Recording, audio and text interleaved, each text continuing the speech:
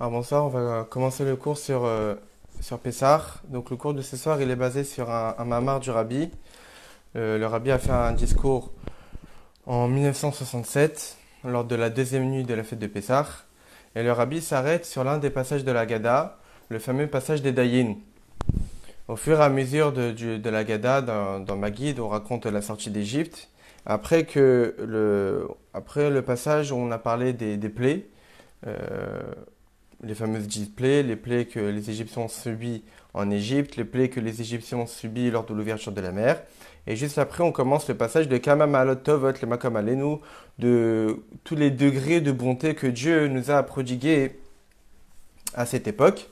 Et parmi la liste des 15 d'Ayenu, eh bien, il y a un passage qui nécessite quand même d'être approfondi. Alors le passage qu'on va s'intéresser ce soir, c'est lorsqu'il y a marqué Ilu karalanu etayam velo viranu betocho bechareva dayenu. Que si Dieu nous avait fendu la mer et nous avait pas fait traverser la mer à pied sec, ça nous aurait suffi. Et ça, il faut essayer de comprendre, parce qu'en réalité, si Dieu nous avait ouvert la mer et nous avait pas fait traverser, donc imaginons que Dieu nous ouvre la mer, mais on ne la traverse pas, comment peut-on dire à Kadesh Baruch Hu, Dayenu, ça nous aurait suffi? Comment peut-on se suffire de juste l'ouverture de la mer, lorsqu'à priori, toute l'utilité de l'ouverture de la mer, c'est justement qu'on la traverse pour pouvoir se sauver des Égyptiens qui sont en train de nous poursuivre?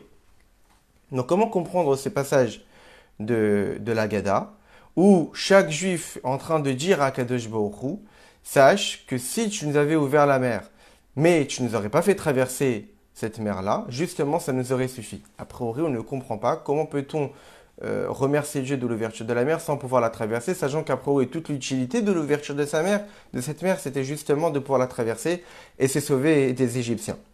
Alors, les commentateurs de la Haggadah expliquent en réalité que toute la nuance est lorsqu'il y a marqué que si Dieu ne nous avait pas fait traverser Bechareva, c'est-à-dire que, en réalité, les commentateurs expliquent que ça ne veut pas dire que Dieu nous avait juste ouvert la mer. C'est-à-dire qu'en fait, Dieu nous aurait ouvert la mer, mais nous aurait fait traverser justement cette mer avec de la boue. Il y aurait eu de l'eau qui serait restée sur la terre et donc on aurait traversé cette mer avec difficulté. Et justement, on dit à Dieu que si tu nous avais ouvert la mer, on l'aurait traversée avec difficulté, sans que tu nous aurais permis de la traverser à pied sec, ça nous aurait suffi. Dans le sens que Dieu nous aurait ouvert la mer, Dieu nous aurait fait traverser cette mer-là. Mais même si tu ne nous avais pas fait traverser cette mer-là à pied sec, ça nous aurait déjà suffi. Donc c'est pour cette raison qu'on te remercie, on te remercie rien que pour cela. Seulement le rabbi dit qu'a priori cette réponse des commentateurs a priori n'est pas très acceptable. Pour quelle raison? Parce que si la Gada, tout le message, si le message qu'ici la Gada veut nous faire comprendre, c'est que je vous ai ouvert la mer, mais même si je vous ai pas fait marcher à pied sec, ça vous aurait suffi. Normalement, qu'est-ce qu'il y aurait marqué dans la Gada?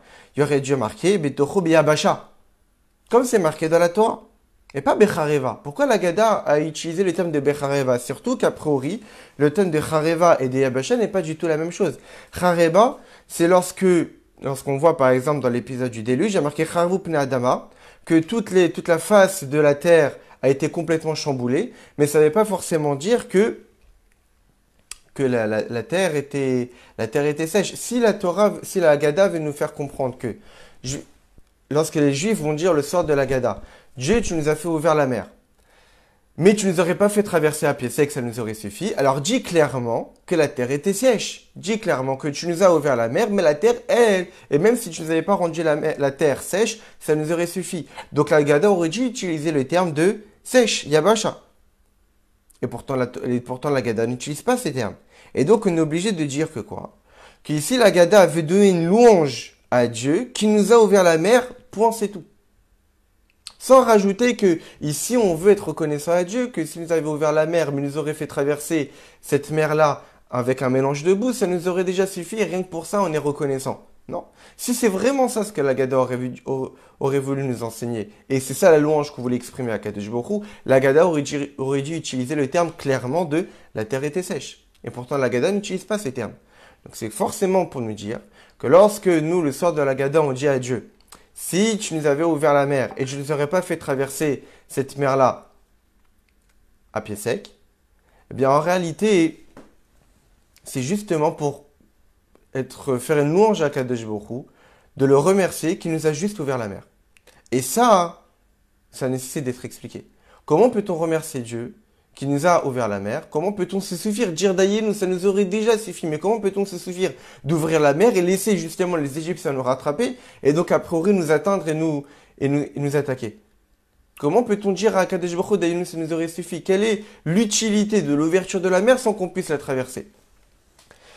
Le rabbi, dans son mama, rapporte un enseignement de l'Admor Amsaï, du deuxième rabbi de Lubavitch, le rabbi d'Ovber, que dans l'un de ses discours, il rapporte un Teilim qui justement prouve cette question, prouve qu'en réalité, lorsque le juif sort de la Gada, dit à Dieu, si je nous avais ouvert la mer et je ne nous aurais pas fait traverser à pied sec, ça nous aurait suffi. Ici, le juif est reconnaissant avec Akadosh Baruch Hu sur le fait même d'avoir ouvert la mer et c'est tout. Comment le Admor Amsaï le prouve? Bien, il rapporte un Teilim. Qu'est-ce que c'est marqué dans Teilim? C'est marqué les Gozer Yam Souf Exarim, que tu as fondu la mer des joncs en plusieurs parties. Kilolam Chasdo, car ta bonté est éternelle. Ve'evir Israël betocho, et tu as fait traverser les bénis Israël à travers cette mer ouverte. Kilolam Chasdo, car ta bonté est éternelle. Après, le sens même du verset, c'est quoi? C'est qu'en chaque événement que Dieu nous a prodigué, chaque bienfait que Dieu nous donne, on doit y être reconnaissant et montrer la bonté que Dieu nous a fait. Et donc lorsque Dieu a fondu la mer, c'est une bonté à part entière. Et que lorsque Dieu nous a fait traverser cette mer-là, c'est aussi une bonté à part entière. Et donc a priori, lorsqu'il y a marqué dans Télim les Gozer Yam sauf les Xarim, que Dieu a fondu la mer des joncs en plusieurs parties, Kilolam Chasdo, car ta bonté est éternelle. C'est-à-dire le fait même que Dieu a ouvert la mer en plusieurs parties, c'est déjà une bonté dont on doit être reconnaissant. Donc, rien dans Télim, on voit tout de suite que l'idée de l'ouverture de la mer est déjà un bienfait qu'on doit, nous, en tant que juifs, être reconnaissant avec Akadosh Baruch Hu. Et la demande, c'est de rajouter, de dire que justement, comme on voit dans la Gada, de le passage qu'on est en train d'étudier, qu'est-ce qui est marqué? Kamam alatovot lama comme alenu, de nombreux degrés de bienfaits que Dieu nous a prodigués. Ilu karalanu etayam velo evinur betocho bechareva. Si Dieu nous avait fondu la mer, il nous aurait pas fait traverser à pied sec. Qu'est-ce que ça veut dire? C'est qu'ici, on donne louange à Kadosh Baruch Hu sur tous les bienfaits que Dieu nous a donnés. Donc, qu'est-ce qu'on déduit de là? Que Kriyat Shamsuf, que l'ouverture de la mer, sans pour autant parler de la traversée de la mer, mais rien que de l'ouverture, c'est déjà une bonté. C'est déjà un bienfait. Et que sans parler de la traversée, on doit quand même être reconnaissant envers Kadosh Baruch Hu de nous avoir ouvert la mer. Et donc, de là, qu'est-ce qu'on voit? On voit qu'a priori, la réponse des commentateurs n'est pas suffisante.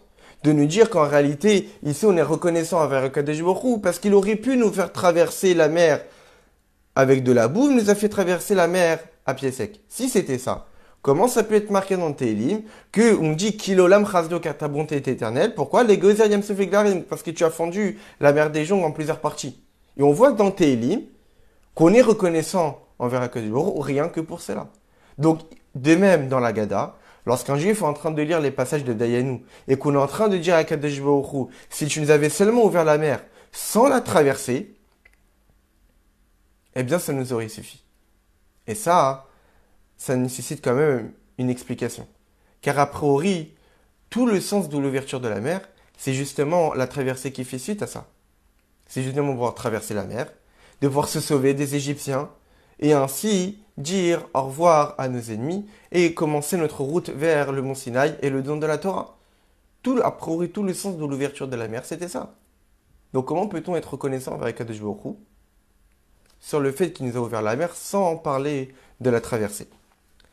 Alors le rabbi nous dit qu'en réalité, pour répondre à cette question, il faut d'abord comprendre la différence entre la mer et la terre. Parce que comme on sait très bien, le langage de l'ouverture de la mer, c'est que Dieu a transformé la mer en terre. C'est qu'il y avait la mer qui recouvrait la terre, et que Dieu a fondu cette mer-là, et la terre est apparue. Et donc, dans le langage de le maître de la Torah, c'est que Dieu a transformé la mer en terre. Et que lorsqu'on parle de transformation de la mer en terre, c'est un événement physique et concret, forcément, en réalité, ça découlait d'un processus spirituel. Tout ce qui se déroule dans notre monde physique découle d'une cause spirituelle. Et donc, s'il est apparu devant nous que la mer s'est ouverte et qui a fait apparaître la terre, c'est qu'il est évident que ça a découlé d'un processus spirituel qui a été la cause de ce qui en a découlé, qui était l'ouverture de la mer physique devant nous. Et donc c'est ça en réalité qu'on va essayer de comprendre, c'est que quel était l'événement spirituel qui a permis à la mer de s'ouvrir devant nous. Pour pouvoir comprendre cela, il faut d'abord comprendre en réalité quelle est la différence entre la notion de mer, l'océan, et la notion de terre d'un point de vue spirituel. Et pour pouvoir comprendre quelle est la différence entre la notion d'océan et de terre spirituelle, il suffit en réalité de réfléchir sur la notion de mer et de terre physique. Comme on sait très longuement dans la Chassidut, on explique que Mifsari chazé le cas, qu'à partir de ma chair, je verrai la divinité. Que lorsqu'on veut comprendre le divin, il suffit de réfléchir sur comment ça fonctionne, par exemple notre corps physique et matériel, et ainsi on comprendra les mécanismes divins. C'est exactement pareil ici. Pour comprendre les différences entre la notion de mer spirituelle et de terre spirituelle, il suffit de réfléchir en réalité sur qu'est-ce qui différencie entre l'océan, le monde aquatique, et le monde terrestre. Le rabbi nous explique que la mer et la terre font référence à ce qu'on appelle les mondes cachés, qui ne sont pas dévoilés, et les mondes dévoilés. On sait très bien, comme on l'a souvent étudié, qu'il existe de multitudes et multitudes de mondes. Globalement parlant, on dit qu'il y a 4 mondes. Le monde de Hatzilut, le monde de l'émanation, ensuite le monde de Bria, le monde de la création, le monde de Yetzira, le monde de la formation, et le monde de Assia, le monde de l'action. Mais il y a aussi d'autres multitudes de mondes, une infinité de mondes, qu'on peut partager en 2 catégories de mondes, ce qu'on appelle les mondes cachés, Al-Mistimin, et les mondes cachés, les mondes dévoilés, les Al-Min et Dgalian. L'océan, la mer, fait référence aux mondes cachés. Et qui compose ces mondes cachés? Ce sont les anges. Les anges sont appelés dans le Zohar Nuneyama, comme des poissons dans l'océan, comme des poissons qui se trouvent dans l'eau, et qui se trouvent continuellement dans l'eau, qui est en réalité leur source de vitalité. Les poissons vivent continuellement dans leur source de vie. Ils vivent à travers l'eau, ils ne peuvent survivre qu'en étant dans l'eau, et justement ils ne quittent jamais leur endroit où ils peuvent justement vivre. Et même plus que cela, ils reconnaissent et ressentent que c'est leur source de vitalité. Comme la fameuse parabole qui est racontée dans la Gemara, qu'une fois un renard s'est baladé sous le long d'un fleuve et voyait que des poissons étaient en train de nager extrêmement vite. Et donc le renard lui demandait, mais pourquoi vous nagez vite? Il dit, parce qu'en réalité, il y a des pêcheurs qui veulent nous attraper avec leur filet, donc on essaie de s'échapper. Alors le renard leur propose cette idée en leur disant, vous savez quoi, venez sur la terre ferme et vous serez tranquille. Que répond le poisson? C'est toi qu'on appelle l'un des animaux les plus rusés. Si déjà dans notre élément naturel, on est en danger, si déjà dans l'eau, qui est notre élément naturel dans lequel on peut vivre, on est en danger, à plus forte raison, en quittant l'océan, en quittant la mer, on sera encore d'autant plus en danger parce qu'en réalité, un poisson qui quitte l'eau, il meurt immédiatement. Qui en fait était une parabole pour expliquer comment le juif doit comprendre lorsqu'il est dans la Torah et lorsque Chazécham ne l'est pas. Si déjà en étant dans la Torah, je peux avoir des ennemis qui peuvent m'attaquer, je peux avoir des petits soucis, alors à plus forte raison que lorsque je quitte le domaine de développement naturel d'un juif, qui en étant attaché à Torah et Mizot, ô combien des conséquences néfastes pourront en découler. Et donc on voit que les poissons, vivent continuellement dans les océans, ne quittent jamais l'océan parce que justement c'est leur endroit de développement naturel et ils ressentent que c'est justement seulement en étant dans l'eau qu'ils peuvent vivre. Et c'est exactement pareil pour les malachim. Les malachim se tiennent continuellement dans une totale dévotion, un total dévouement envers la lumière divine qui justement est leur source, qui se dévoile à eux, et que eux ressentent qu'en réalité, puisqu'on est en présence de notre source divine, puisqu'on est en présence de notre source de vitalité, il est évident qu'on va être totalement annulé à cette source-là, et qu'on va jamais la quitter. C'est pour cette raison que les anges sont totalement soumis à la volonté divine, parce qu'en réalité, ils vivent dans ce qu'on appelle les mondes cachés, dans les mondes où la lumière divine est tellement dévoilée et tellement évidente, que pour eux, se détacher de cette lumière divine est impensable, parce qu'ils savent très bien que c'est leur source de vie. Et puisque la lumière divine est notre source de vie, jamais on va se détacher. Et ils ont un total dévouement vers Akadosh Baruch Hu. C'est pour cette raison qu'ils n'ont même plus de libre arbitre. Parce que comment peut-on choisir Comment peut-on vouloir faire le contraire de la volonté divine lorsqu'on a l'évidence de la présence de Dieu devant nous, lorsqu'on a l'évidence que notre vie dépend de la lumière divine, comment peut-on se détacher de cette évidence, de cette source qu'on sait qu'on dépend d'elle? Ça, c'est la représentation de l'océan qui recouvre tout et qui en réalité donne la possibilité au poisson de pouvoir vivre et que le poisson dans l'océan, dans la mer, sait très bien qu'il ne peut jamais le quitter parce qu'il ressent que justement cet océan, que cette mer-là, c'est sa source de vie. Sur Terre, la Terre est ce qu'on appelle les mondes dévoilés, que les créatures qui s'y trouvent sont dans les mondes dévoilés, sont à l'image des créatures qui se trouvent sur Terre. Comment se trouvent les animaux? Eh bien, ils se trouvent séparés de leur source de vie, qui est la poussière. Comme c'est marqué à Kol Ayamina Afar, tout provient de la poussière. Donc, toutes les créatures terrestres proviennent de la poussière. Donc, à l'image des poissons qui vivent dans l'océan, nous, en tant qu'êtres terrestres, où est-ce qu'on devrait vivre? On devrait vivre dans la poussière, on devrait vivre dans la terre. Et comme on voit des choses de manière assez évidente par rapport aux oiseaux, que les oiseaux, on voit qu'ils volent dans les cieux, dans le ciel, alors que normalement, ils devraient au moins être sur terre, être au moins raccrochés à l'endroit de provenance. Mais ni ils sont dans la terre, ni ils sont sur terre, mais même ils volent au-dessus de la terre. Et donc, qu'est-ce qu'on voit de là? On voit qu'en réalité, que les créatures qui se trouvent sur la terre ne reconnaissent pas leur source de vie. Ils ont l'impression qu'ils peuvent vivre de manière détachée, sans ressentir leur dépendance de leur source de vitalité. Et il en est de même pour toutes les créatures dans les mondes dévoilés, qui ne sont pas totalement annulées à la lumière divine, qui est leur source. Et tout cela découle de quoi? De l'affaiblissement du dévoilement divin.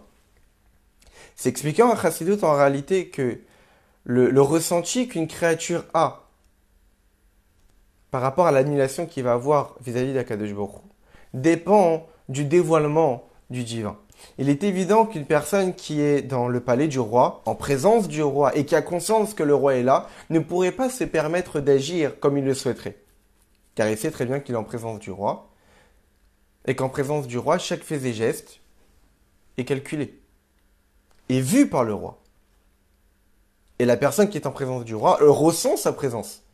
Et par rapport à ce ressenti-là, forcément son comportement va changer, va être modifié et ne fera que la volonté du roi. Mais une personne qui vit dans la ville, où la présence du roi n'est pas évidente, où la présence du roi n'est pas ressentie, alors il pourrait se permettre de pouvoir vouloir des choses, vouloir faire des choses qui sont contraires à la volonté du roi parce qu'il ne ressent pas la présence du roi. Eh bien, c'est plus ou moins la même chose entre les mondes cachés et les mondes dévoilés. Dans les mondes cachés, la lumière divine est évidente.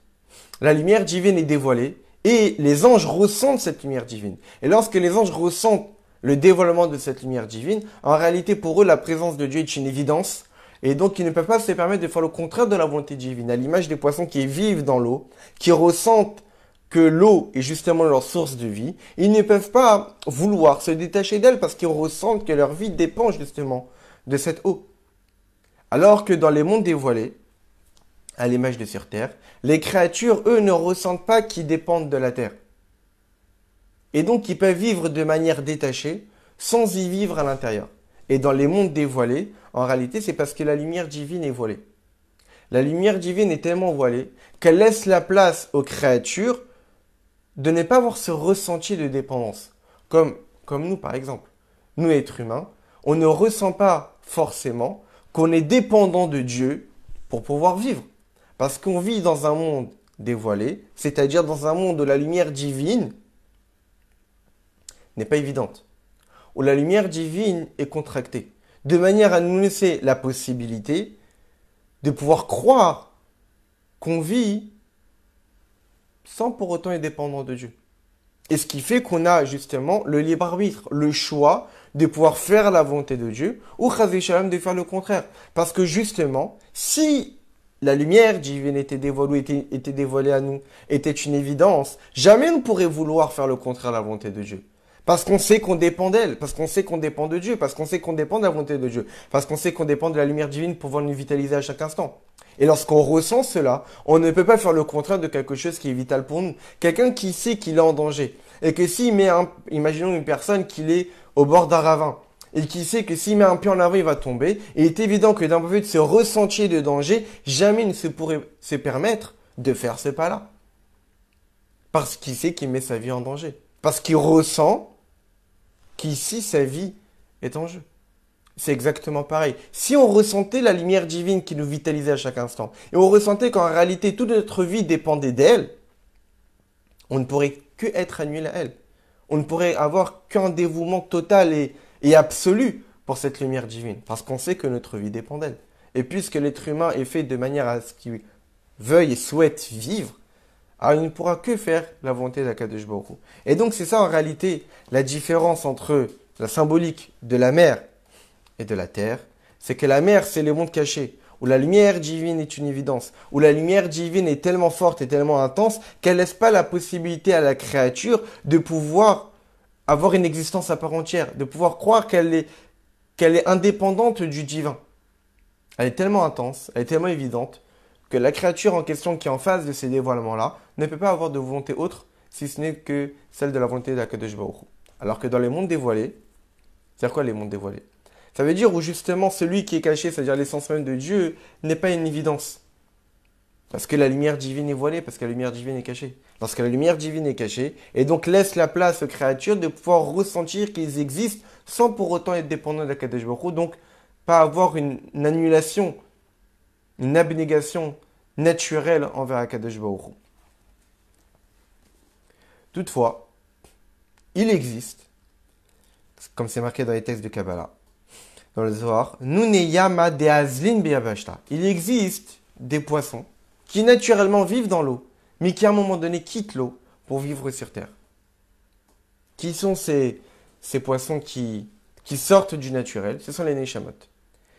Les Neshamot, telles qu'elles descendent ici-bas pour s'habiller dans un corps. Parce que la Neshama, à l'origine, elle était comme un ange. Elle était Nuyeyama. Elle était un poisson dans l'eau, c'est-à-dire elle vivait dans les mondes cachés. Avec une totale annulation vis-à-vis de la lumière divine qui était évidente pour cette Neshama-là. Et que la Neshama, telle qu'elle était là-haut dans les mondes spirituels, vivait dans un total dévouement et une totale abnégation vis-à-vis d'Akadosh Baruch Hu, vis-à-vis de sa source spirituelle, de la lumière divine. Parce que c'était une évidence, parce qu'elle vivait dans les mondes cachés. Seulement, lorsque la Neshama est descendue ici-bas pour s'habiller dans un corps, comme on dit tous les matins dans la Tfila, Neshama Shenatatabi, Théoraï, la Neshama que tu m'as donnée, elle est pure. Elle est pure. Parce qu'elle provient d'un monde où la pureté était de mise. Où justement l'annulation à Dieu était l'ordre naturel des choses. Mais à ta Berata, cette Neshama-là, tu l'as créée, tu l'as fait descendre dans le monde de Bria, de la création. Ensuite, à ta Yitzharta, tu l'as formé, tu l'as fait descendre dans le monde de Yitzhira, de la formation. À ta Nefartabi, tu me l'as sifflé en moi, tu l'as fait descendre dans le monde de l'action, dans l'autre monde. Et donc la Neshama est descendue du niveau, du degré tel qu'elle était dans le monde de l'émanation, dans le monde de Hatzilut. Lorsqu'elle était pure.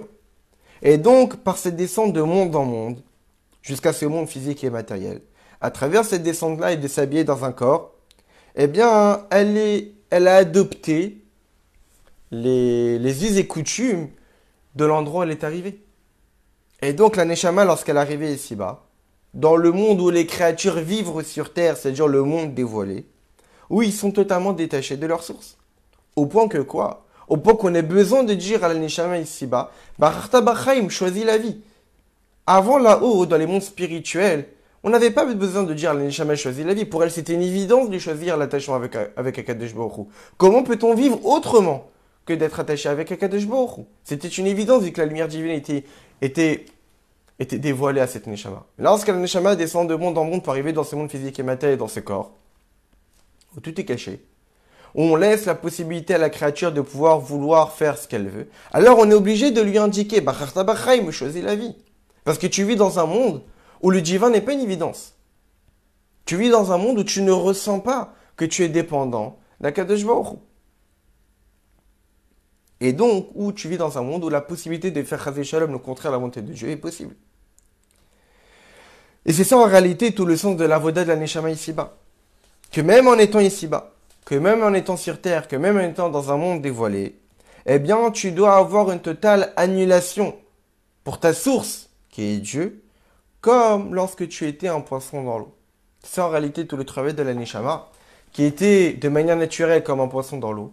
On a pris ce poisson, on l'a mis sur terre, on lui demande vis, essaye de vivre, de survivre comme tu étais dans l'eau. Et c'est ça tout le travail de la Neshama. La Neshama, comme c'est marqué dans le contrat Soumayan, la Neshama, elle connaissait que le spirituel. La Neshama, elle connaissait que le divin. La Neshama, elle connaissait que l'amour de Dieu, que la crainte de Dieu. Elle connaissait que ça. Que l'attachement vers Akadosh Baruch Hu. Et tout d'un coup, on lui demande de descendre de monde en monde, de niveau en niveau, jusqu'à arriver dans un corps physique et matériel. Et là, à ce moment-là, elle commence à découvrir des nouvelles notions. Elle commence à découvrir un monde où, a priori, la volonté de faire le contraire de la volonté de Dieu est possible. L'absence de ressenti de dépendance de Dieu est possible, est envisageable. Et donc, là, il est nécessaire qu'il y ait la Torah. Pour indiquer à cette Neshama, Macharta Bachaim, choisit la vie. Car a priori, la vie spirituelle n'est pas si évidente dans ce monde, et ça nécessite des efforts pour pouvoir justement vivre de cette manière-là. Comme tu l'étais au préalable dans les mondes spirituels, tu dois essayer de faire l'effort que même dans ce monde terrestre, dans ce monde physique et matériel, dans ce monde dévoilé, où le spirituel, la présence de Dieu n'est pas une évidence, tu dois quand même essayer de te forcer à vivre comme tu l'étais là-haut. Par rapport à cette distinction entre le monde aquatique, le monde caché, et le monde terrestre, le monde dévoilé, on peut comprendre en réalité ce qui s'est passé d'Afar Yam le Yabasha, que Dieu a transformé l'océan, a transformé la mer en terre. Qu'est-ce qui s'est passé lors de l'ouverture de la mer? C'est que la lumière divine qui était présente, qui s'est dévoilée dans le monde caché, qui est en réalité l'eau, est descendue et s'est dévoilée dans dans ce monde-ci, dans les mondes dévoilés, qui est la terre. Exactement de la même manière telle qu'elle s'est dévoilée dans les mondes spirituels, dans la mer. Qu'est-ce que ça veut dire? Nous, on vit dans un monde où la lumière divine est totalement voilée. Où la lumière divine s'éclaire et rayonne de manière assez contractée, de manière à nous donner la possibilité d'avoir un semblant de ressenti qu'on n'est pas dépendant de Dieu. Lors de l'ouverture de la mer, qu'est-ce que Dieu a fait? Dieu a fait en sorte que la lumière divine telle qu'elle est là-haut, où elle se dévoile dans toute son intensité, où la présence de Dieu est une évidence, où on ne peut pas ressentir qu'on est détaché de Dieu, où ressent qu'on vit dans notre source divine, qui est la lumière divine, eh bien cette lumière-là s'est dévoilée à nous. Tel que ça se passait dans les mondes cachés, c'est-à-dire dans le système de l'eau, ça s'est dévoilé dans les mondes dévoilés dans le système de la terre.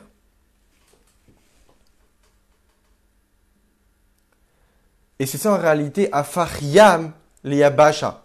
Dieu a transformé l'eau en terre. C'est-à-dire qu'il a permis de dévoiler la lumière divine du système de l'eau, du système de la mer, du système du monde aquatique, des mondes cachés, et l'a fait dévoiler dans le monde terrestre. Afar Leyam Yabasha.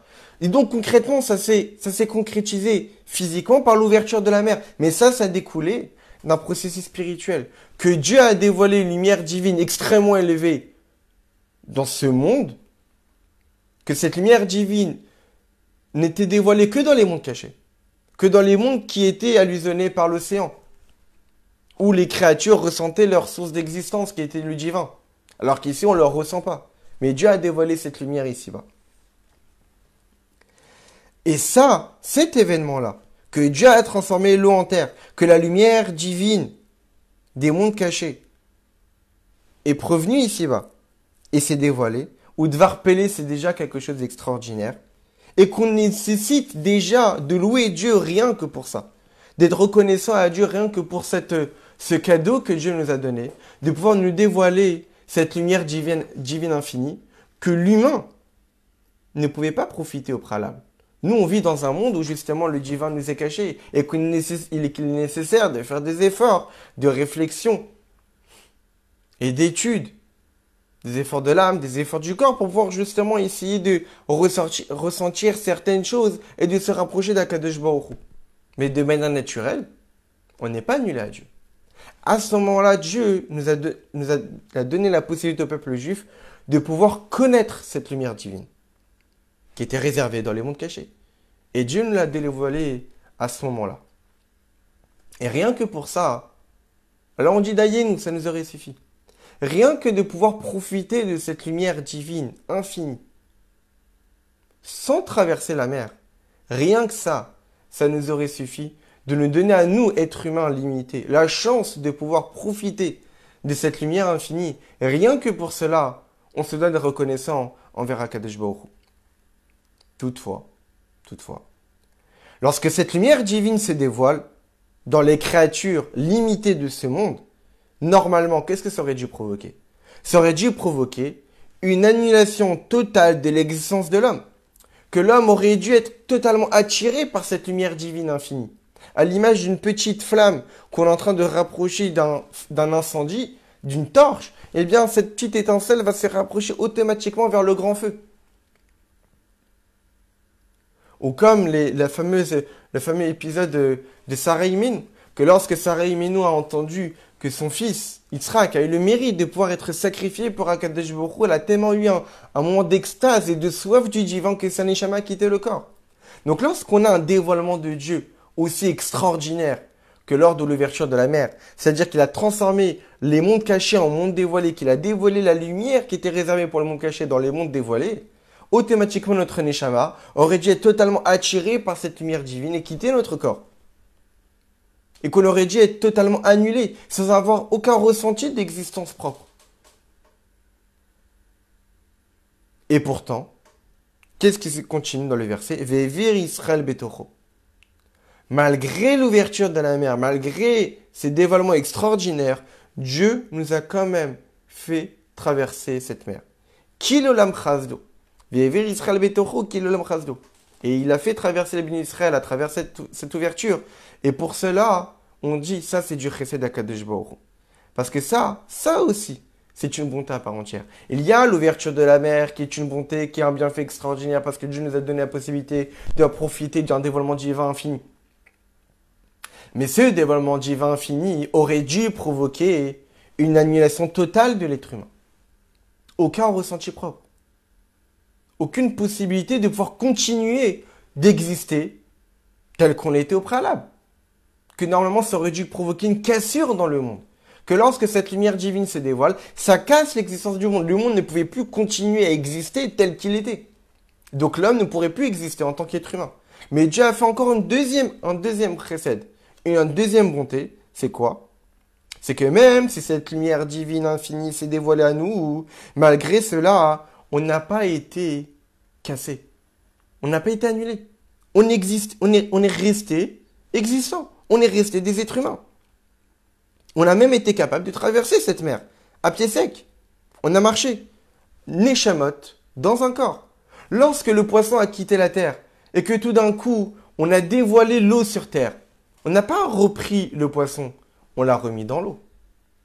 On a laissé le poisson sur terre, mais on lui a fait profiter de l'eau et il continue encore de vivre sur terre. Qu'est-ce que ça veut dire? C'est-à-dire que la neshama est restée dans le corps. Lorsque Dieu a dévoilé cette lumière infinie à nous, les bénis Israël, la neshama n'est pas retournée dans les mondes cachés. La neshama n'a pas quitté le corps. La neshama est restée dans le corps. Elle a continué à exister sa vie dans ce monde, mais tout en profitant des lumières divines des mondes cachés. Et donc là, en réalité, c'est un bienfait encore supplémentaire, mais pas seulement un bienfait supplémentaire, mais même un bienfait beaucoup plus élevé. Parce qu'en fait, on explique longuement en Chassidoute différents niveaux de lumière divine. Il y a une lumière divine qui est trop élevée pour que le monde puisse en profiter. Comme on l'a dit depuis tout à l'heure, les différents systèmes entre les mondes cachés et les mondes dévoilés. Il arrive que Dieu dévoile ces lumières extraordinaires, comme l'ouverture de la mer.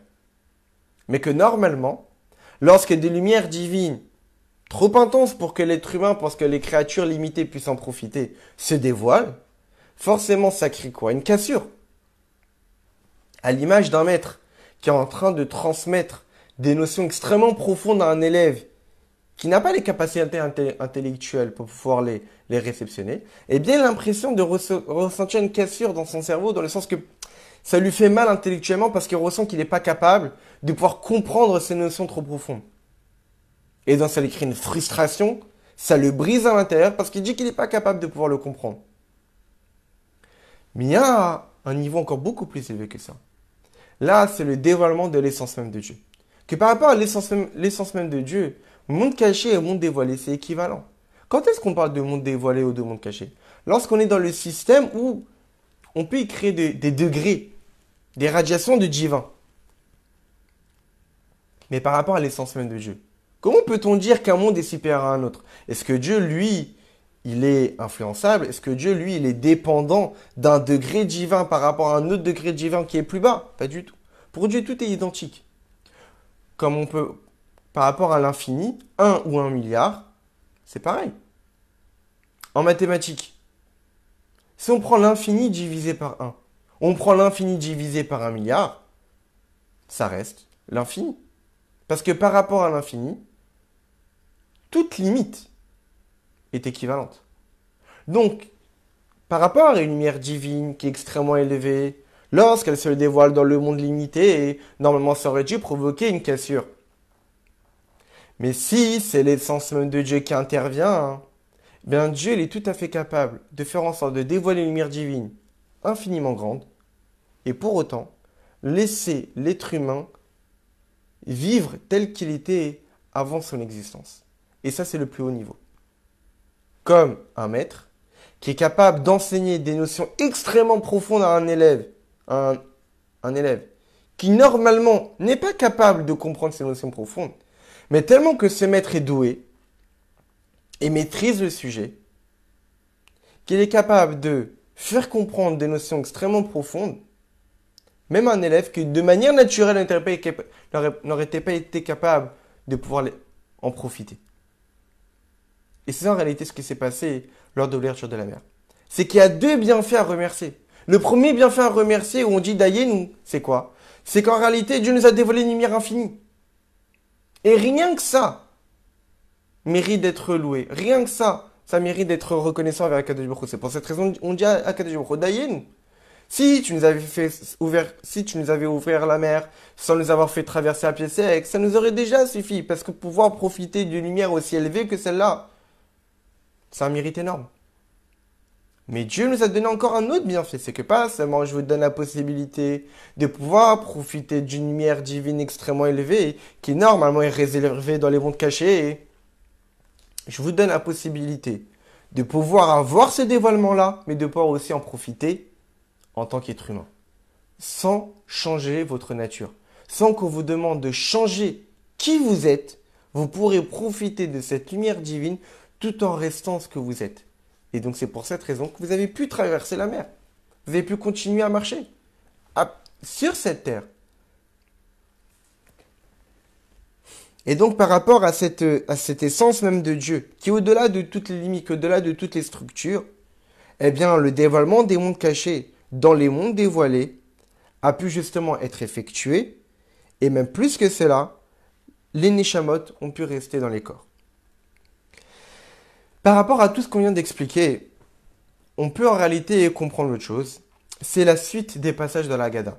Parce qu'on peut se poser une question. Juste avant ce passage de Kama Malot Tovot, ces passages des 15 Dayenu, juste avant on parlait des plaies. Et on parlait de la fameuse marloquette entre Rabbi Eliezer et Rabbi Akiva sur combien les Égyptiens ont été frappés. Chaque plaie avait une intensité de combien? Normalement, il y avait 10 plaies. Mais chaque plaie frappait combien de fois? D'après Rabbi Eliezer, il y avait à chaque fois 4 coups. Il interprète à travers les versets. D'après Rabbi Akiva, chaque coup en valait 5. Et donc pour Rabbi Eliezer, en Égypte, il y avait 4 fois 10, 40 coups. Alors que pour Rabbi Akiva, en Égypte, il y avait 50 coups. 5 fois 10. Dans la Chassidoute, le Rabbi explique qu'en réalité, sur quoi est basée cette marloquette, sur quoi est basée cette divergence d'opinion. Pourquoi l'un pense que chaque coup en valait 4, et pourquoi Rabbi Akiva, l'autre, pense que chaque coup en valait 5. C'est expliqué dans les livres qu'en réalité, chaque coup frappé 4 fois, frappait en réalité les 4 fondements de l'élément qui a été frappé. On sait très bien, comme c'est expliqué dans les Sfarim, en particulier dans le Mishneh Torah du Rambam, que le monde physique et matériel est créé à partir de 4 fondements. Chaque élément physique est forcément composé de 4 fondements. Le feu, l'air, l'eau et la terre. Et évidemment que chaque créature a une proportion différente. Il a plus de feu, ou il a plus d'air, il a plus d'eau, il a plus de terre. Mais en tous les cas, chaque élément physique de ce monde, chaque créature, est forcément composé de ces 4 fondements. Par exemple, lorsque Dieu a frappé l'eau, pour le transformer en sang lors de la première plaie, alors il n'a pas seulement frappé l'eau, il a aussi frappé les 3 autres fondements qui sont inclus dans l'eau. Et donc en réalité, chaque coup valait 4 coups. Il avait une intensité qui était multipliée par 4, parce qu'en réalité, ce n'était pas seulement l'élément qui était frappé, mais c'était les 4 fondements qui étaient frappés. Lui, Rabbi Akiva rajoute, il dit que chaque plaie ne touchait pas seulement les 4 fondements, mais aussi la matière primordiale. C'est comme si qu'en réalité, les 4 fondements venaient s'inscrire sur une existence originelle. Il y a l'existence, l'idée qu'il y a quelque chose qui va apparaître, et cette existence-là va prendre forme à partir des 4 fondements. Les 4 fondements vont donner un aspect à l'existence originelle de la chose. Et donc en réalité, chaque créature peut être partagée en 5. L'existence originelle et les 4 fondements qui viennent s'inscrire sur cette existence originelle pour lui donner l'aspect qu'on connaît aujourd'hui. Et donc d'après Rabbi Akiva, chaque plaie devrait être comptée 5 fois. Parce que ça frappait les 4 fondements, mais aussi l'existence originelle de l'élément frappé.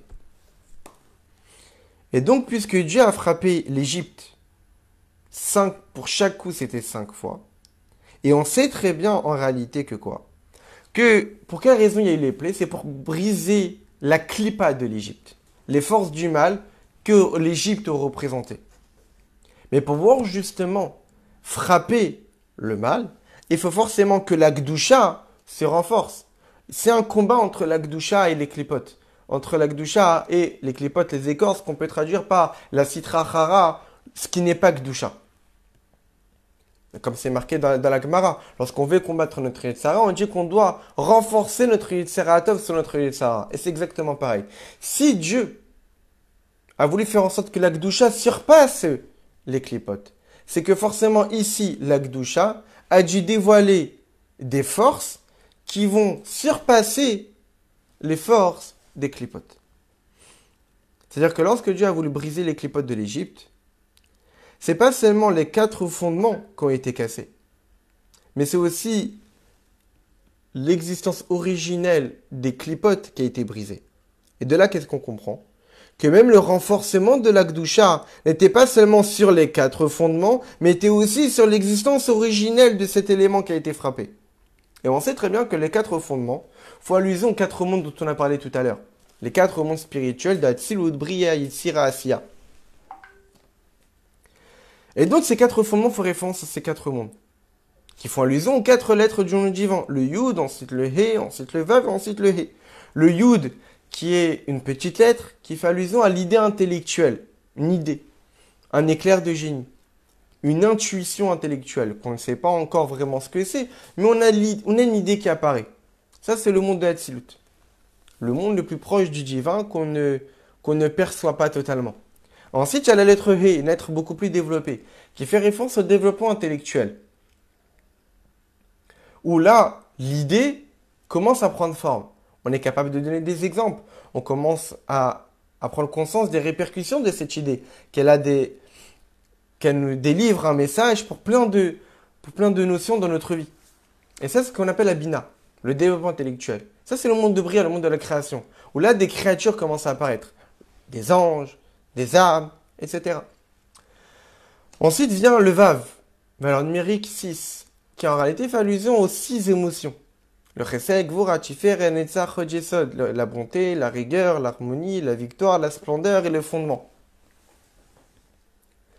Qui permettent à la notion intellectuelle de pouvoir créer justement des émotions. Que ça reste pas seulement dans la tête, mais ça descend dans le cœur. Qu'on commence à s'émouvoir de ce qu'on a réfléchi. Ça, c'est le monde de Yetzira. qui laisse apparaître des créatures dotées d'émotions qui justement servent Dieu en se basant sur leurs émotions de manière naturelle. Ensuite vient la dernière lettre, le He, qui est l'action concrète. Qu'après qu'on ait réfléchi, après qu'on ait ressenti, justement, on commence à parler de ce qu'on a pensé, de ce qu'on a ressenti, et aussi concrétiser à travers un acte. Et ça, c'est le dernier monde, le monde concret, le monde de l'action, qui fait apparaître des existences physiques et concrètes. Et donc ça, c'est les 4 fondements qui font allusion aux 4 mondes, qui font allusion aux 4 lettres du nom divin.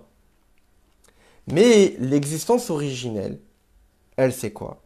Ça fait référence à ce qui est au-delà du monde de Hatzilut. L'infini. Ce qui précède les mondes. Même le monde de Hatzilut reste un monde. Ça reste une apparition, ça reste une existence, plus ou moins. Mais il y a ce qui surpasse Hatzilut. Ce qui surpasse le monde le plus élevé spirituellement, qui est l'infini. Cet infini-là est allusionné par la pointe du Yud, ce qu'on appelle le Keter, ce qu'on appelle la couronne. Ce qui est au-delà de l'intellect. Le Yud, c'est l'intellect, l'apparition de l'intelligence, l'apparition de la réflexion. Mais il y a ce qui est au-delà de l'intellect. Ce qui surpasse, c'est ce qui est illogique, qui est l'essence même de Dieu. Et de là, on comprend en réalité que lorsque Rabbi Akiva nous dit que lorsque Dieu a frappé l'Égypte, il n'a pas seulement frappé 4 fois chaque plaie, mais chaque plaie avait un poids de 5 coups. Parce que lorsque Dieu a frappé l'Égypte, il a dévoilé l'essence même du divin, qui est le 5e niveau, la 5e dimension. Parce que justement, pour pouvoir écraser la clipa de l'Égypte, ça ne suffisait pas seulement d'utiliser les lumières divines du monde d'Hatzilut, etc. Mais il fallait prendre des niveaux du divin qui surpassent tout cela. Et qui, justement, vont pouvoir anéantir toutes ces forces du mal-là. Et de la même manière, et c'est ça en réalité un message pour nous aujourd'hui. On sait très bien que Bechol, Dor, Vador, Chayav, Adam, Mirot, et Tatsmo, que Yatsam et Mitzrayim. Qu'en chaque génération, on doit se considérer comme étant sorti d'Égypte. Ça veut dire quoi qu'on doit se considérer comme étant sorti d'Égypte? C'est qu'en réalité, le sort du Seder, la fête de Pessah, on n'est pas en train de commémorer un événement qui a eu lieu il y a plus de 3000 ans. On est en train de vivre un événement qu'on vit dans le présent. Comme c'est marqué, quand les jours de ta sortie d'Égypte. Pourquoi on dit au pluriel? Pourquoi les jours de ta sortie d'Égypte? On est sorti d'Égypte en un jour. Sortie d'Égypte, c'est quoi? C'est qu'on était en Égypte à un moment donné, et après on est sorti, on n'était plus en Égypte. Donc la sortie d'Égypte, c'est fait en un jour. Pourquoi on dit comme les jours de ta sortie d'Égypte? Parce qu'en réalité, la sortie d'Égypte continue. Tant qu'on n'a pas atteint la délivrance finale et complète, lors de la venue du Mashiach, on est toujours en Égypte. On est toujours dans la limite, on est toujours dans l'étroitesse. Et que d'année en année, on sort d'une étroitesse supplémentaire, d'une étroitesse, jusqu'à sortir de toutes les étroitesses possibles et inimaginables. Et on rentrera dans la Géoula finale et complète. Et donc chaque jour, lorsqu'on récite le Shema Israël, on se souvient de la sortie d'Égypte, eh bien en réalité, on rentre dans une étape supplémentaire de la sortie d'Égypte. Mais il y a la sortie d'Égypte globale annuelle, qui est la fête de Pessah. On rentre dans une étape supplémentaire de la sortie d'Égypte jusqu'à, pour ainsi déclencher la venue du Meshiach. Et donc le soir de Pessah, il est évident qu'on doit revivre la sortie d'Égypte. Et donc les lumières divines qui se sont dévoilées lors de la première sortie d'Égypte, on doit aussi vivre cette expérience-là à chaque Pessah. Et donc, reviennent et se réveillent ces mêmes dévoilements-là qui ont lieu lors de la première fois. Cette lumière divine extraordinaire qui s'est dévoilée lors de l'ouverture de la mer, qui s'est dévoilée lors de chaque plaie, pour frapper les 5 niveaux. Parce que pour frapper les 5 niveaux, il était nécessaire justement que l'essence même du divin se dévoile. Alors c'est pour cette raison que le sort du Seder, on doit revivre l'événement. Comment? On voit que tous les événements du Seder sont sous la notion du chiffre 4. Il y a les 4 verres de vin, il y a les 4 fils, il y a les 4 questions, qui font référence en réalité aux 4 mondes spirituels, le monde de l'émanation, le monde de la création, le monde de la formation et le monde de l'action. Mais il y a un 5e niveau, qui est en réalité Klalut Inyana Seder ve Klalut Amirat Agada, qui est en réalité le Seder dans sa globalité. On sait très bien qu'il y a une règle, par exemple, on va parler des melachot de Shabbat, les travaux interdits de Shabbat. Il y a la règle générale qu'on appelle le principe, il y a toutes les dérivées. Mais toutes les dérivées découlent de ces principes originels. Toutes ces 4 niveaux, ces 4 coupes de vin, ces quatre filles, ces 4 questions découlent en réalité d'une notion d'un niveau qui précède tout cela, la 5e dimension, qui est la Haggadah dans sa globalité, qui fait référence à cette existence originelle qui était aussi frappée lors de chaque plaie, qui en réalité c'est le niveau du Keter, c'est le niveau de l'essence même du divin. Et c'est pour cette raison que justement, il y a eu cette suite dans la Haggadah, juste après avoir parlé des plaies, où on nous a fait savoir, tu sais, il n'y a pas eu seulement 10 plaies, mais chaque plaie doit être comptabilisée par 4, mais même par 5. Et après qu'on ait pris conscience que chaque plaie était comptabilisée par 5, parce qu'en réalité, à chaque plaie, il y a eu l'essence même du divin qui s'est dévoilée pour briser les clipotes, les forces du mal de l'Égypte. Alors là, on comprend le passage des Dayin. Là, on comprend que lorsqu'on dit à Kadosh Baruch Hu que ça nous aurait suffi si tu nous avais seulement ouvert la mer. Parce qu'en réalité, à ce moment-là, pour transformer l'eau en terre, c'était nécessaire de dévoiler une lumière divine extraordinaire. Et rien que pour ça, on est reconnaissant. Mais pas seulement ça. Après, un autre bienfait que tu nous as rajouté, que pas seulement tu nous as ouvert la mer et transformé la mer en terre, tu nous as dévoilé la lumière divine qui était réservée au monde caché pour le monde dévoilé, mais tu nous as même fait traverser cette mer. Que pas seulement cette lumière divine qui s'est dévoilée nous a brisé, mais c'était tellement une lumière divine extrêmement élevée qui était l'essence même divine qui s'est dévoilée en nous, que par rapport à cette lumière divine, elle est tout à fait capable de faire en sorte que l'infini du divin se dévoile, mais permettre à l'être humain de continuer à exister en tant qu'existence limitée, l'aneshama dans le corps, le poisson en dehors de l'eau, mais continuer à vivre même en dehors de l'eau. Parce que justement, cette lumière infinie s'est dévoilée à nous. Et comme on peut le voir même dans le passage de la Haggadah, on dit juste avant les 4 questions, qu'est-ce qu'on dit? Manishtana alaylazi mikol alot. Quelle est la différence entre cette nuit-là et toutes les autres nuits? Et après, on pose les 4 questions. Quelle différence entre les autres nuits? On ne trompe même pas une seule fois et cette nuit-là, on trompe 2 fois, etc. Avant de commencer les 4 questions, on pose une question globale. Quelle est la différence entre cette nuit-là et toutes les autres nuits?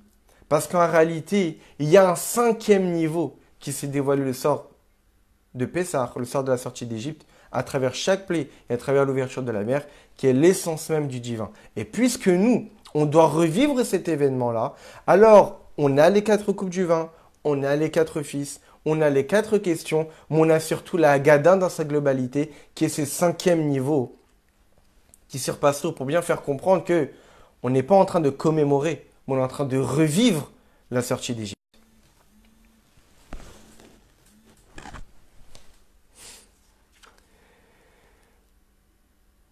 Très bien.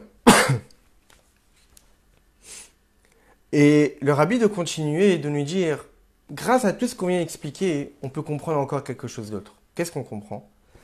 À la fin des 15 étapes, à la fin, pardon, des 15 dayin, qu'est-ce qu'on dit? On dit au Bana Lanu et Bet Abechira, et tu nous as construit le Bet Amikdash, la maison d'élection. Pourquoi ici parler de la maison d'élection? Pourquoi ici nous parler du Bet Amikdash? Parce qu'en réalité, c'est toujours la même notion qui est le fil conducteur de la Haggadah, qui est le dévoilement de ces 5e niveaux, le dévoilement de l'essence même du divin. Ici, on parle pas de Mishkan, on parle de Bait, on parle d'une maison. Une maison où se dévoile une lumière extrêmement élevée. Dans le Bet Amikdash, c'est l'infini du divin qui s'est dévoilé. À l'image d'un palais. Dans son palais, le roi exprime tout ce qu'il est. Il n'est pas dans le village, il n'est pas dans le royaume, où il est en train de s'habiller comme un citoyen lambda pour essayer de se faire passer incognito, pour ne pas qu'on le remarque. Mais dans son palais, il dévoile justement tout ce qu'il est. Dans le reste du monde, la lumière divine est totalement cachée. Et que c'est l'homme qui doit faire l'effort, essayer de retrouver Dieu. Mais dans le Bet Amikdash, Dieu ne se cache pas. Dans le Bet Amikdash, c'est l'essence même de Dieu qui se dévoile. L'endroit où le plus élevé spirituellement qui peut exister. Et donc, lorsque une lumière divine aussi élevée se dévoile, on aurait pu croire que normalement ça aurait dû provoquer une cassure, comme on a parlé tout à l'heure. Lorsque le monde n'est pas capable de supporter une lumière divine extrêmement élevée, et lorsque cette lumière divine se dévoile, normalement ça a dû créer une cassure, ça brise. On peut pas supporter, on peut pas profiter d'une lumière divine aussi élevée lorsqu'on reste en tant qu'être humain. La preuve, lors du don de la Torah. Lorsque Dieu s'est adressé à nous, il a dit à Nochi Avaye le Kecha, qu'est-ce qui s'est passé? Notre Neshama a quitté le corps. On ne pouvait pas supporter l'intensité du dévoilement. Mais dans le Beth Amikdash, il y a cette essence même du divin qui se dévoile. Et pourtant, on appelle ça un bait, une maison. C'est quoi une maison? Une maison, c'est un endroit où on est installé. C'est un endroit où on est posé. Et c'est ça en réalité, la notion que la Gada veut aussi nous dévoiler ici, c'est que même le Beth Abechira, c'est un endroit où se dévoile l'essence même du divin, mais qui reste un bait, qui reste un endroit où on peut s'installer, qui reste un endroit où le divin ne brise pas le monde. Mais c'est un endroit où le divin donne la possibilité au monde de pouvoir profiter de l'essence même du divin qui se dévoile à nous. À l'image du passage des bénis Israël dans l'ouverture de la mer. C'est que l'ouverture de la mer aurait pu justement nous briser, mais justement nous a donné à nous la possibilité de pouvoir continuer à exister et de pouvoir traverser cette ouverture de la mer, donc profiter de l'essence même du divin qui se dévoile à nous, mais tout en continuant à exister Neshama dans le corps. Très bien. Mais là, le rabbi finit par la notion en réalité la plus importante. C'est que tout à la fin de ces 15 passages, ou après qu'on ait dit chaque phrase, et tatati tatata dayenu, etc., dayenu, ensuite on reprend les 15 et on finit par 4 mots. Les chaper al kol avnotenu. Pour racheter toutes nos fautes. Pourquoi ici on parle de racheter toutes les fautes?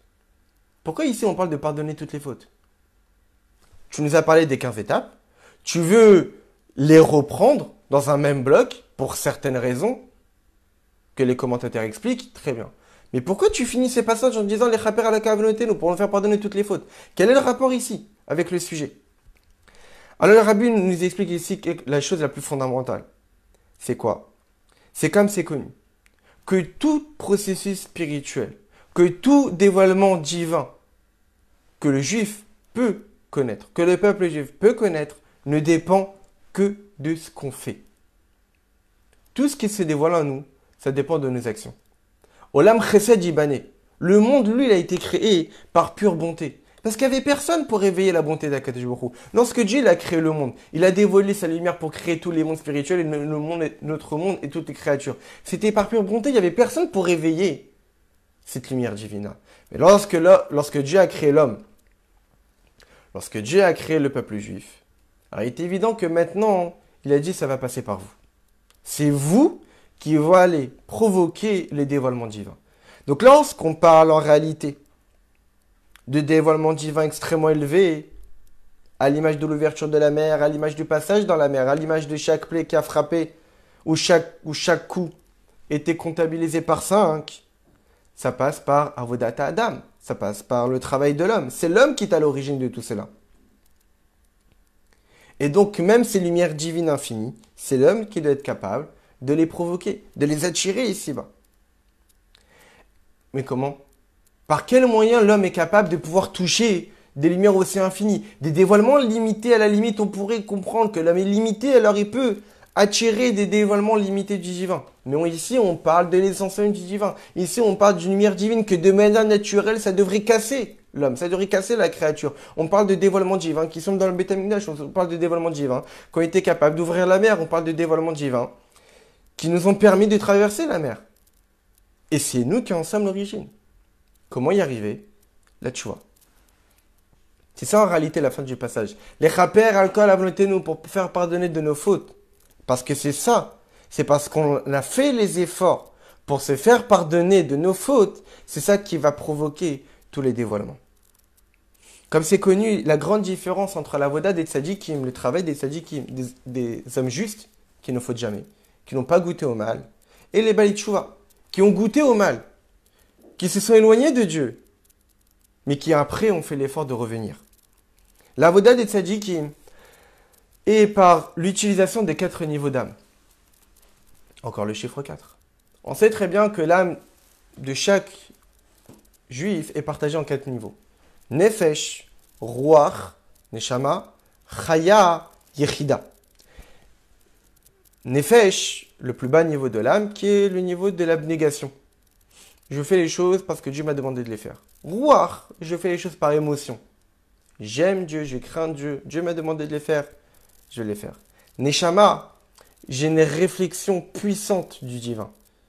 J'ai une proximité avec Dieu par ma réflexion qui me crée un amour et une crainte encore beaucoup plus élevés que cela. Et donc, je sers Dieu de cette manière-là. Chaya, je suis totalement annulé à Dieu. C'est l'idée de chokhma, de koachma, d'annulation, de soumission à Dieu. J'ai un manque j'ai même plus d'existence propre. Et ensuite, Yechida, l'essence même de l'âme, qui relève du lien essentiel entre le juif et Dieu, qui en réalité ne dépendant de rien, comme un lien profond entre un père et son fils, qui ne dépend pas du comportement du fils, qui ne dépend pas de rien du tout. C'est un lien essentiel, c'est un lien charnel, c'est un lien profond que rien ne peut détacher. Un tzaddik, lui, il utilise les 4 niveaux de son âme, qui font allusion aux 4 lettres du nom divin. Mais le Baal Tshuva, celui qui fait Tshuva, la voda de la Teshuva, c'est quoi? C'est les Dalek Shur. C'est sauter les étapes. Quelqu'un qui faute, comme c'est marqué en Chassid ou comme c'est marqué en Chassid dans les Geret à Teshuva, du Razek, etc. Quelqu'un qui faute, il crée des tâches. Il crée des défauts. Il crée des manques dans sa Neshama. Nous, on a appelé Amachem, Chelek Avayamu. On est une part du tétragramme divin. On est une part du nom de Dieu. C'est-à-dire qu'en chacun de nous, il y a Yud Kevavke. Lorsqu'un jeu faute, il crée des tâches. Il crée des manques. Il crée des trous dans le nom de Dieu. Lorsqu'on fait Teshuvah, on dévoile des niveaux du divin qui sont plus élevés que les 4 lettres.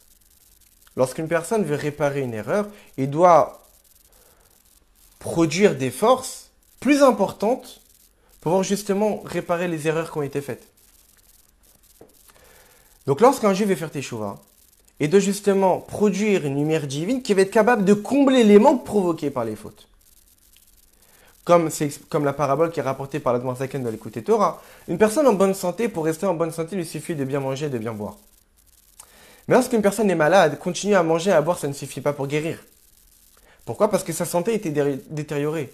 Et donc continuer à vivre une vie normale, et sans utiliser des moyens plus importants, plus forts, eh bien ça ne va pas permettre à l'homme de guérir.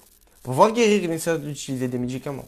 Parce que dans les médicaments, eh bien, le don de vitalité est beaucoup plus intense que dans les aliments. Et donc, ce qui fait que si un homme se suffit de continuer à faire Torah et Mizot après avoir fauté, il ne va pas pouvoir combler les tâches provoquées par les fautes. Il a besoin d'atteindre un niveau beaucoup plus élevé, d'utiliser un outil beaucoup plus fort pour pouvoir réparer tout ce qui a été provoqué, qui est en réalité la Teshuvah. La Teshuvah, elle, ne relève pas des 4 lettres du nom divin. La Teshuvah, elle, relève de la pointe du Yud qu'on avait parlé tout à l'heure, de la 5e dimension. Lorsqu'un juif fait Teshuvah, il n'utilise pas les 4 niveaux de l'âme. Il utilise le 5e niveau de l'âme, la Yechida, qui est en réalité le niveau de l'âme qui se dévoile le jour du Yom Kippour. Le jour du Yom Kippour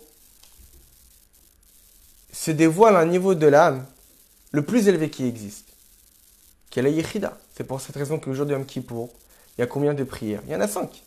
Arvit, la veille, le matin, Shacharit, Moussaf, Mincha et Neila.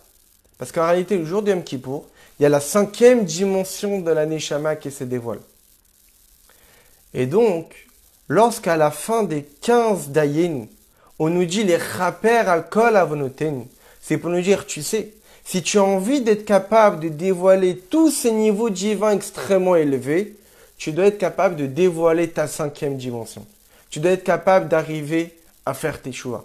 Parce que c'est seulement en faisant teshuva, c'est seulement en étant capable de dévoiler cette cinquième dimension qui se trouve dans ta neshama, dans ton âme, que tu seras capable de dévoiler cette cinquième dimension du divin, qui est l'essence même du divin, qui a été à l'origine des plaies, qui a été à l'origine de l'ouverture de la mer, qui a été à l'origine de la traversée de la mer.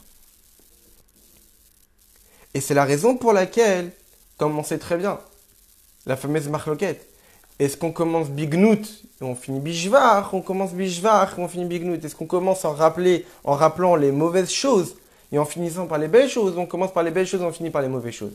Conclusion, comment commence la Gada? Avadi Maïnu, nous étions esclaves. Mais Dieu nous a fait sortir de là-bas. Mitrila Uvdea Avodazara. Ayo Avotenu, au début nous étions des idolâtres. Nos ancêtres étaient des idolâtres. Varshav Keranu Amakom Lavodato. Mais aujourd'hui, Dieu nous a rapprochés de son service. Parce que toute la Haggadah, c'est l'idée de la cinquième dimension. C'est l'idée de la Teshuvah. La Teshuvah, c'est quoi? C'est que quelqu'un s'est éloigné. Avadi Ma'in. Ovdea Avodazara Yoavoten. Au début, nous étions esclaves, dans le mal. Au début, nous étions des idolâtres, dans le mal. Mais en fin de compte, nous avons fait Teshuvah. En fin de compte, nous sommes sortis d'Égypte. Nous sommes sortis des étroitesses. En fin de compte, nous sommes rapprochés de la Voded d'Akadosh Baruch Hu. Car sortir du mal, c'est justement la Teshuvah. En Égypte, nous étions esclaves, nous étions complètement noyés dans la 49e porte d'impureté. Nous étions complètement assimilés par toute l'impureté de l'Égypte. Et nous étions complètement dans le mal. Oh, Ovdei Avodazara, nous étions des idolâtres, comme c'est marqué dans le Midrash.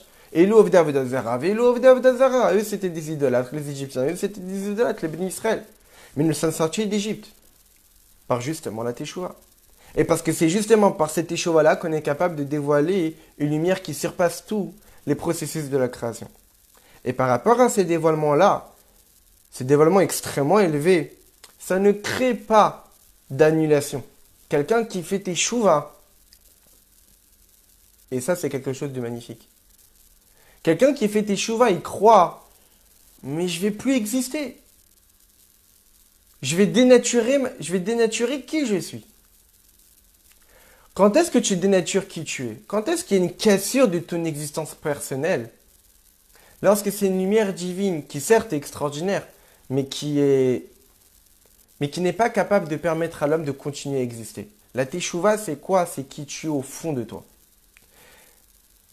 Cette Teshuvah-là te permet de dévoiler la cinquième dimension, qui permet de dévoiler des lumières extrêmement élevées, mais qui laisse à l'homme la possibilité de continuer à exister en tant qu'être humain. Et c'est ça en réalité l'idée. Que ça ne provoque pas d'annulation de l'existence de l'homme. Parce que Dieu nous a permis de traverser la mer. À déraber au contraire. Le dévoilement divin est de manière posée et installée. Fixe. Des banalanou et beta bechira. Parce que Dieu nous a construit beta bechira, la maison. Après toute la sortie d'Égypte, entre en Eretz Israël jusqu'à la construction du Beth Amikdash. Toute l'idée c'est de montrer que quoi? Ces dévoilements divins que je vous ai fait connaître depuis la sortie d'Égypte. C'est pas des dévoilements divins qui vous cassent, mais c'est des dévoilements divins qui permettent un bait, qui s'installe, qui permet au monde d'exister, mais le monde continue à exister tout en étant capable de pouvoir profiter de cette lumière infinie. Et c'est ça, la fin de la Haggadah, où on dit les Shana Haba Birushalayim. L'année prochaine, Bezrat Hashem cette année, l'année prochaine Yerushalayim. Car justement par le biais de toute notre avoda, de tout notre service divin du sort de Pessah, dans ces deux sujets, de ces deux manières de servir Dieu. Le sort de Pessah, le juif d'être capable de vivre, de servir Dieu de deux manières. Comme un tzaddik, avec les 4 niveaux, Nefesh, Ruach, Neshama, Chaya, avec les 4 questions, avec les 4 fils, avec les 4 coupes de vin. Mais aussi avec la voda de la Teshuvah, qui est la Haggadah dans sa globalité, qui est le Seder dans sa globalité, qui est le 5e niveau, le niveau de la Yechida. Et grâce au fait qu'en une soirée, le juif à la fois sert Dieu comme un tzaddik, et le juif sert Dieu à la fois comme quelqu'un qui fait Teshuvah, alors on peut mériter très prochainement la délivrance finale et complète. On arrive à Yerushalayim. C'est quoi Yerushalayim? C'est la contraction de Ira Shalem, une crainte complète, parce que là on a un service de Dieu complet.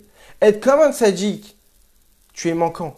Tu n'as pas le niveau du Baal Teshuvah. Est-ce que comme un Baal Teshuvah, tu es manquant? Tu n'as pas l'avoda du tzaddik. Mais le soir de Pessah, nous avons toute l'avodot. Nous servons Dieu comme un tzaddik et nous servons Dieu comme Baal Teshuvah. Et puisque le soir de Pessah, on est capable de réunir ces deux manières de servir Dieu, qui montrent la plénitude, qui montrent Ira Shalem, qui montrent une crainte complète qui aura été Yerushalayim, alors on peut mériter de dire les Shana Abba Yerushalayim que l'année prochaine, c'est-à-dire cette année on est déjà Yerushalayim et donc l'année prochaine automatiquement notre Pessah sera Yerushalayim.